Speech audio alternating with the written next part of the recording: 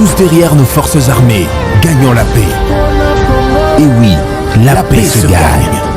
La paix à tout prix. Elungu na FARDC na police, Banso Lisanga toteleme. Tolonga na mapinga.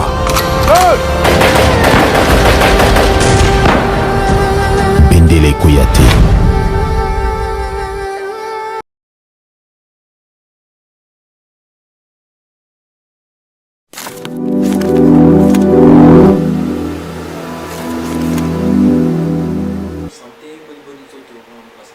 Non, non, toza malamu, toza toujours si mama pinga na biso na titido mboka ezali kotambolela ezosenga que ba congolais nyonso tozala uni pe déterminé sima ya mapinga ekolo na biso.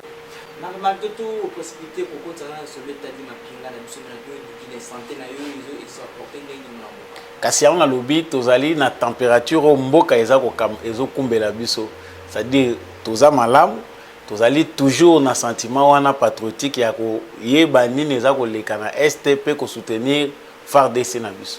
Non mboka sa terre mikolo tsoleka pe tso komona hiki kintu za ngambo ya STP ko jusqu'à maintenant ko continuer mona mboka wanzama ke musiku komisa guerre entre le Rwanda et les Congolais mona mboka boni bulika monza yini mona mboka li ba rebelle komisa ko kota na ba Rwanda na kati mona mboka. Mais nakaniti que biso ba congolais ceux qui toza na mémoire courte te to ko se référer na histoire pour to yeba nini pende za ko lekasika sika na mboka na biso. Guerre o eza imposée na biso na République démocratique du Congo, ça fait plus de 2 décennies maintenant. Ezali guerre moko ya pillage ya ba ressources naturelles na biso. Mais guerre o ba maquiller ba latisi yango visage ya ennemi o biso toza ko mona na miso ezali Rwanda. Il n'y a pas que le Rwanda, l'Ouganda aussi nous a menacé, le Burundi des fois, et puis on en passe. Alors, Batou Bakozale étonné, ceux qui le biso Congo, tu as accusé agression rwandaise. Parce que hier, après Vezalaki Pendate, mais aujourd'hui avec Félix Tshisekedi, tout le monde que FARDC na biso a capturé les militaires rwandais na sol congolais. C'est quelque chose qui porte davantage des éléments de preuve. La communauté internationale a biso na minute bazotuna il faut ba mener banquette na éviter banquette bazoluka ba mener ba mener plutôt pour na ko talisa biso eza banquette ya forme nini parce que jusque là biso toza nango comme ba preuve na matériel na humain parce que Rwanda toyoki azo réclamer ba soldats na ba militaire na à reconnaître que ba militaire na ba traversaki ba militaire na bazaki ba militaire o bazana maboko a FARDC baza ba militaire na les FDLR mutu bayaki ko capturer bango na sol rwandais pour baya na bango na sol congolais, ce qui est ridicule. Est-ce que bako kende ko capturer militaire na kati ya sol na pour baya ko kota na na kati ya République démocratique du Congo? C'est-à-dire c'est une façon pour lui de montrer déjà que azalaki na kati ya mbeba. Alors nous le problème n'est pas celui-là. Biso d'abord le logo photo yeba biso ba congolais ali que na lobakango na chaque émission nous sommes l'objet d'un complot international. Voilà pourquoi nous devons être mobilisés, pas seulement contre Kagame et son aventure, mais contre l'injustice internationale. Parce que là na niveau toujours comme ça dit biso Congo au lieu d'interpréter les faits ndenge ezali ko lekela na seawa agression ya Rwanda na sol congolais. Ce que font la communauté internationale, l'Union africaine et autres, ils allaient se réserver. Non, tout le monde qui implication et koki kozala, il y a M23 na mabela ba congolais. Non. Non et non.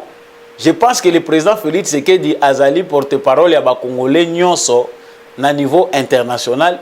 Il faut payer à aussi ton na pour na kolakisa communauté internationale injustice oyo biso toza nango toza ko subir. Ça fait plusieurs années de la part de la communauté internationale. Ça dit ba problème na biso ba congolais bazwaka biso on dirait sous état et biso zaka na liloba mon côté ya koloba. Mais je pense que Kagame na isiko ya zali na phase otokomi ayebi ke lobby ezali loté. Parce qu'il y a certains Congolais qui sont victimes de la manipulation médiatique. Ndenge batumusu bazoleka na ba médias pour transmettre des zones négatives na ba Congolais ko loba ke non Kagame ndenge tozoloba wa mboka na biso eza na insécurité mabe koya Félix Tshisekedi a appelé son Kagame son frère. Nous Congolais nous sommes toujours dans des débats où ils allaient futiles. Nanu ba mona biso te na ba débat où ils allaient ya makambo malonga. Moment où ils allaient ya appel na mobilisation générale. Je suis très déçu même d'ailleurs ya koyoka maloba oyo tata cardinal aza koloba na cadre ya mateya mais aye kokotisa ngo na kati ya makambo politique.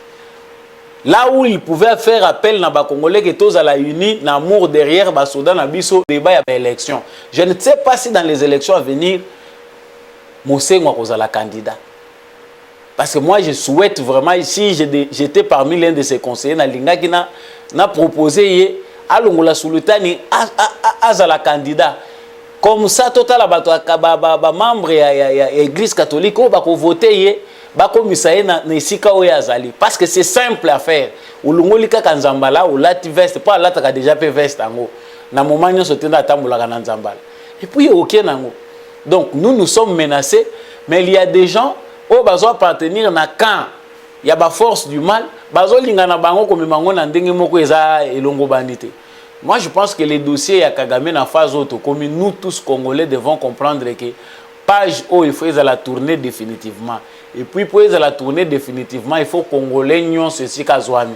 Aux ala ya est, ya ouest, nord, sud, il faut biso nyon ce tout élément pour nalikambo et ici là une fois pour toutes. Merci beaucoup mon sénateur sur le Rwanda, tout ce qu'on a posé à Rwanda Paul Kagame, à ce que ça na sortie médiatique bien sûr que le bac avant pour ramener guerre au Sika et une technologie. Bonne intervention à mon avocat, je peux dire le président rwandais, Paul Kagame. Mais yango na uti kotalisa awa, c'est que Kagame ignore c'est les époques. Certainement, ndenge ye azolobaka ozongisa guerre isike uti ndenge biso pe na Congo tozolobaka guerre il faut zonga côté uta. Biso toza victime. Ya eloko na bango baya ko semer na est à Congo ba bengaka guerre wana parce que ce n'est pas vraiment logiquement une guerre dans sens normal. Alors ce que le bika koya kozongisa na Congo, il ne connaît pas peut-être bien Félix Tshisekedi. Il ne sait pas que aujourd'hui Congo ya ayebaki. Le Congo qu'il dirigeait, ce n'est plus le Congo d'aujourd'hui. Parce que Kagame dirigeait le Congo via Kagame, via Kabila plutôt. Oh, le loba tumusu bazoli na kolata ngo Tshisekedi que Félix Tshisekedi collaborateur ya Kagame, il a signé des accords avec Kagame. Faux. Si Félix Tshisekedi avait signé des accords avec Kagame, tout le monde comme un stade au comité. Mais quand Kagame dit que la guerre va retourner au Congo, c'est qu'il ignorant la réalité. Moni baguen juste et ça la que mutu azala aveuglé jusqu'à tel point que même maintenant ceux qui ont pesé les colons mutu na ya yeba ko mona ngoli sauté. Kagame a construit l'économie du Rwanda où azo mona fierté visiter le Rwanda azo sa la publicité sur le sang des Congolais. Économie ya Rwanda ezali économie moko ya exploitation, économie moko ya ba massacre. Ça dit qu'on tue les Congolais à l'est du Congo, que le Congo ne soit pas organisé pour que l'économie à Rwanda ait un côté. Mais n'est-ce pas là un géant à pied d'argile? Donc moi je pense que les Kagame azali déjà déboussolés. Avant tout comme en phase auto komi to moni ki zunguzungu ezuye azala qui partout dans plusieurs états africains azo lukasa la diplomatie ya makanisho ya azanango. Bati que la Congo ya continuer à imposer biso kozwa ba Rwandais koya kotinda bango comme ba rebelle na est ya Congo et puis bazo ba rebelle wana ba intégrer ka bango na armée congolaise ba intégrer ka bango na gouvernement congolais. Cette politique là a déjà cessé avec Félix Tshisekedi, ça ne se fait plus. Même bato FCC le lo bazo lo ba que Félix Tshisekedi ala ka biso ba accord. Ceux qui ont des accords ils peuvent présenter. Mais Félix Tshisekedi n'a pas un accord signé avec Kagame. Oh yazu ba Rwanda tient na armée congolaise. Nous avons des généraux issus du CNDP. Tozana ba militaires au baza issus na ba rébellion, ba Rwandais, lelo, ba musu ba komiso ka moni chaleur leki a kimi ake ko rejoindre ba mouvement rebelle na Zam. Donc on a toutes les raisons ici ya komona makambo ndenge ezali. Si Kagame perd le contrôle, na lobaka ngo pe nazo lobango mingi, Monsieur Paul Kagame va descendre kaka na nzeto ya matelaki. Il pense peut-être que politique oye a engagé qui politique ou commissaire sika azali éternel. Politique éternelle ezalakati. Kaka de la même manière à côté là na Congo, il va sauter. Et là etikali na biso awezali FDLR nous n'avons pas besoin nos FARDC na force au bazana ngo bazana besoin ya FDLR te pona kokende kozonga na ti kozonga ti ko attaquer ba rebelle nyonso comme ça bango na Rwanda. FDLR pe na sol na biso to héberger qui mingi. Si ce sont des FDLR sur notre terre, bazon à peine en Rwanda.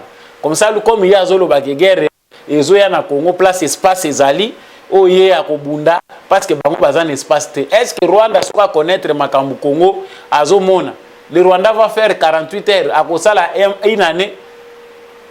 Kagame a kosala une année na pouvoir na rébellion na est ya mboka na ou bien na ouest. Donc atika farce na ye, nous savons que ces jours sont comptés. Mikolo ya Kagame eza nango ya kotanga. Tozo sala propagande te pona ko sepelisa batu non. Ceux qui ont des yeux pour voir les savent. Agitation a commis nango eza ya mutu moko aza en perte à vitesse. Mais il n'y a que les Congolais manipulés qui voient qui présentent des signes de faiblesse. Et ana bande kona biso oyo bazo mona pona bango Kagame tout puissant, pays ezabwe non, nous devons être unis. Kagame ne représente absolument rien si nos frères n'avaient pas accepté à travers la corruption, à travers la trahison, il y a ça l'allégeance na politique à Kagame, nous ne serons pas devenus ce que nous sommes tout le temps comme à Makambo au niveau. Mais moi, tout ce que on a par mal, comme si relation diplomatique ici au Qatar, si on a drapeau il y a République du Rwanda, et si on l'ambassade de Nambango, je serai parmi les Congolais, vraiment, je pense que j'aurai l'état, na ko kitape biso nyonso. Ambassade wana utilité nango na Congo ezali souté. Vraiment ndenge balongoli drapeau so bango mutu balongoli par Sony. Ambassadeur wana Vincent wana soki Karega qui prend les Congolais ya wa banda ya a provoquer ka ba Congolais. Mission ba pesi eza ko provoquer. Je ne sais pas pourquoi cet ambassadeur là a été accrédité batika e lisusu batika e na Congo. Les tensions diplomatiques ezali makasi. Biso pe na est tozo renforcer, nous sommes prêts pour la guerre.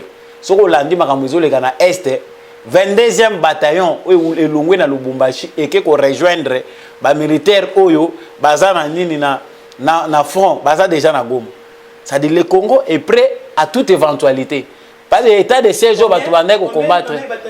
Bataillon moko elongwe na euti Lubumbashi 22e bataillon. Yangwana a outil qu'on rejoindre les militaires na front, baza déjà na Goma. Ce qui montre que pour nous au Congo, nous sommes prêts en tout et pour tout. Ndenge Kagame se préparer, ba pe ke biso pe na Congo to se préparer ki.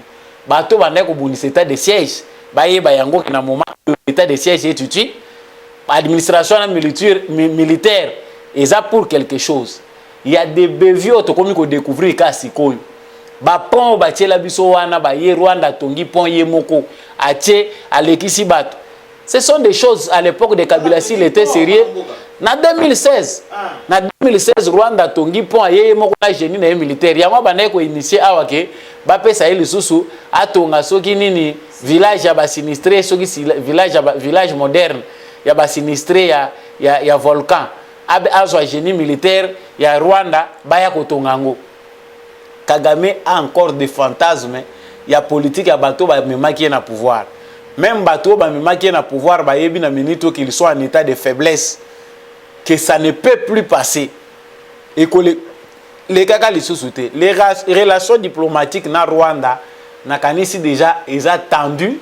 Même ceux qui balobi clairement que ils ont déjà coupé, mais c'est déjà clair. Et on a nazo senga na bande kona biso ba na Rwanda, parce qu'il y a des Congolais au Rwanda. C'est déjà moment parce que la tension va encore monter davantage. Dès que ça appel au calme, il faut des négociations. Il n'y a plus de négociations claires. Biso Congo, tous les victimes de négociations, moko apporter la solution.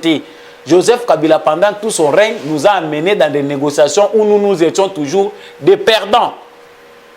Les lots, il faut négocier. Makissa la zolo non, il faut les deux parties Rwanda na Congo bakutana. Et comme isko Rwanda, c'est que va découvrir que le Rwanda de Mutuazali responsable les M23 te. Mais batika ko sakana na biso. Bande ko na biso bozali na Rwanda. N'attendez pas les drames. Dans des situations comme ça, tu vois que socialement nous n'avons pas de problème avec nos frères rwandais. Parce que tous les Rwandais ne sont pas d'accord avec Kagame. Les Rwandais, baza pe pris en otage par Paul Kagame. na politique na ya Kindoki azanango. Il est en train de faire du mal aux Rwandais parce que après lui, parce que ça na ba Rwandais babanda ko reconstituer politique amboka na bango d'une autre manière. Bino bandeko na biso boza na Kigali, boza ailleurs na kati ya Rwanda, pardon, ba faire même ma vie na yote. Parce que c'est dans des moments comme ça qu'on perd nos citoyens à cause d'inadvertance, parce que confiance est les quatre côtés. Papa, guerre est ça déjà. Quand les Rwandais envoient ses militaires, hein, azotina ba militaire ne bazo violer le territoire congolais ba ko tipo ba ya ko attaquer FARDC na ba position na, ce n'est pas la guerre. Déjà a déclaré biso guerre. Ya na zolo bana bande ko na biso boya ko kufa désordre te boka na bisaka na bino bozonga na mboka na bino biso pe tozala inu. Le frère du Nord Kivu na Ituri, soyez vigilants, soyez préparés. Parce que appel à la préparation, appel à la mobilisation pour défendre l'intégrité de notre pays, c'est un devoir pour tout citoyen congolais. Article 63 de la Constitution et le bien. Congolais n'ont se fois faire échec na nyonso entreprise nyonso ya mabe contre l'intégrité en Bokanaï. Alors il ne faut pas que biso toza lokola ba lâche to vandi. Biso bino batu bolinga basi na zolo bango partout. Olingi basi soki ba pesu ata avec nationalité, oui. Avoir plusieurs femmes ezali mutuna dessin na yeto ko ke kota na ba vie privée na binote mais bosa la keba parce que les informations que nous recevons ezali ba Rwandais ba ya ko travailler ba Rwandais ba zebele na Goma ils travaillent où baza na hôtellerie baza ba taximen baza la kapé ba taxi moto ils sont au Congo. Le mal des citoyens rwandais à l'étranger c'est que Kagame alinga utiliser bango pour ses fins, pour ses objectifs politiques. Tant okende ko ke okufa monoko polele na hôtel pona nini okenda moi si soka zandenge nini etali wana. Mais nous ne faisons que parler sur base des informations que nous avons. Parce que awa ba Rwandais musana bango eza ko cibler. Guerre ya normal boy, les Rwandais ne peuvent pas faire la guerre avec les Congolais. L'avantage qu'ils ont c'est l'infiltration. Yango biso pe ba Congolais lisu likolo ya lisu. Tokoboma ba Rwandais te nous n'allons pas les massacrer mais ceux qui Rwandais au chama kolona yo na Congo comme infiltré. Rôle na yo eza ko créer ba problème. Ah yo la porte est encore grandement ouverte. Moi je pense que le gouvernement du pays pour atalisa la communauté internationale qui est comme sérieux ba union sur des kangama. To récupérer ba citoyen na biso bango pe ba récupérer ba citoyen na bango. Ça va montrer que maintenant so eza sérieux cette fois-ci on n'en veut plus. C'est à travers ces frontières là que Rwanda commence à infiltrer du jour le jour. Biso négligence eza trop légèreté eza trop na prise à décision. Président Félix Tshisekedi Tshilombo a déterminé qu'il faut mettre fin à ça. Ces négociations là nous n'en avons pas besoin. Mais ce qui processus de paix est possible que bozala kuna soda na biso azalaka na front, bachar ezalaka na frontière. Ndenge baza ko nyokola bango na frontière wana. Donc ici pour na kosukisa ngana kaniti que la voie ya biso Congo na ba négociation ou ba ko engager ou quoi que ce soit vis-à-vis à Rwanda, c'est dire à la communauté internationale que injustice aussi to lembiango. On n'a plus besoin biso to za la ba victime, il y a injustice moko hors norme et puis hors pair. Merci beaucoup mon sénateur tout ce pour ba tout ce que vous avez communiqué moko na Rwanda te na paix de Afrique de l'Est. C'est que signé accord na Nairobi pour évaluer au Tchaki mais na sous-région mboka. Boni comme sous-boni. Na kanisi na ba communauté tozali Afrique d'État de l'Est. Ezali place même déclencher makambo yango wana. Rwanda s'attendaki te que Congo akokota na communauté des États de l'Afrique de l'Est. Oyo ba politicien musu bazolo ba yebi eloko te. Kokota na biso na kati ya communauté wana et déstabiliser diplomatie à Rwanda. Ezaki lokole loko oyo bango bavandelaki Congo azalaka nango te, c'est-à-dire eza na masolo bango bakenda kosokola na communauté wana o biso ba congolais tout prendre partie te. Voilà pourquoi le président Tshisekedi a voulu que nous aussi nous soyons dans cette communauté. Mais tala kokuta na bakuta na communauté wana les engagements bazwa ki kuna bien que Kagame kimaki na rendez-vous engagement ezalaki ki mouvement rebelle mon côté kozala lisusu tolérable na sol oyo eta ya bango te. Tous les mouvements rebelles locaux, il faut qu'il y ait une processus de négociation dans le gouvernement pour que la paix, na processus de paix. Mais pas mouvement rebelle. Ba yeba ki teke ba beta ki bango eloko a mukolo. Ba benga batongo la ntomo na bango. Mais ba ko moluka ba filmer bango. Mona bango bazon di mata bilongi na bango batu batalango. Bino bolo boza ba congolais, boza ba représentants ba mouvement congolais. Mais au tali pour la plupart, ce sont des Rwandais. que Kabila atikela biso awa na Katumbi. Et le FCC na Kabila. Et le FCC va nous dire, Félix Tshisekedi doit nous dire, d'accord, les flou signé à Nairobi na oya signé na Rwanda. Ce sont ces accords là. M23 DG Silaki. FCC a kanisate que ndenga dirigeant qui biso na mensonge. Ndenge ba dirigeant qui biso na manipulation. Il faut continuer à vivre manipulation à Bango chaque jour. Ça, c'est inconcevable. Nous n'allons plus accepter. Le côté où bazar on continue comme Melissa ba Congolais pour la diaboliser ça sur la place na ngote.